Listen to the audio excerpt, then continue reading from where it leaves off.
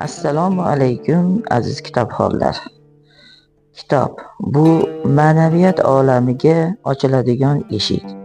Bugun ana shunday eshiklardan birini birgalikda ochamiz. O'zbekistonning taniqli huquqshunosi va yozuvchisi Komil Sindarov qalamiga mansub Temuriylar kutubxonasining siri asaridan parcha tinglaymiz. Qiziq, qadim Temuriylar kutubxonasi bilan oddiy cho'ponning o'ldirilib ketishi o'rtasida qanday bog'liqlik bo'lishi mumkin?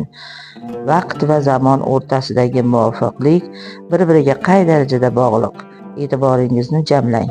Bizni hayajonli voqealar kutib turibdi. Fahriddin xizmatxonasiga kirib kelishi bilan ichki telefoni jiringlab qoldi. U ertalabdan kim bo'ldi ekan degan o'yda go'shakni ko'tardi. Labbay, eshitaman. Fahriddin Karimovich, salom, yaxshi dam oldingizmi? Tezda xonamga chiqing. Tohir G'afurovich gapni qisqa qildi. Tergovchi qog'oz qalam olib prokuror o'rinbosarining xonasiga shoshildi.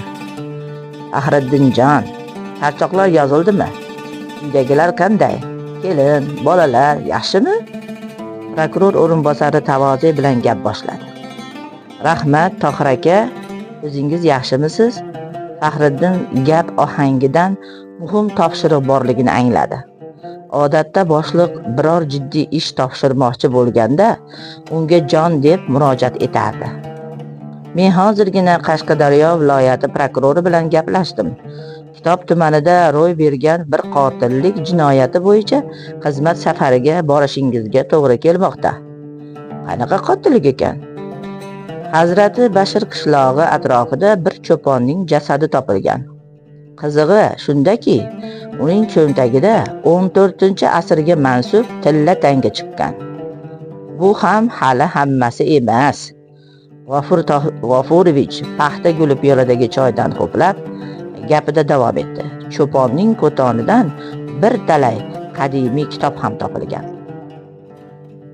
Qadimdan qolgan tanga, cho'pon qo'tonidagi kitoblar va bir qarama-qarshi qotillik Fahriddin uchun navbatdagi ish oddiy tergov emas. Bu safar u tarix bilan yuzma-yuz keladi.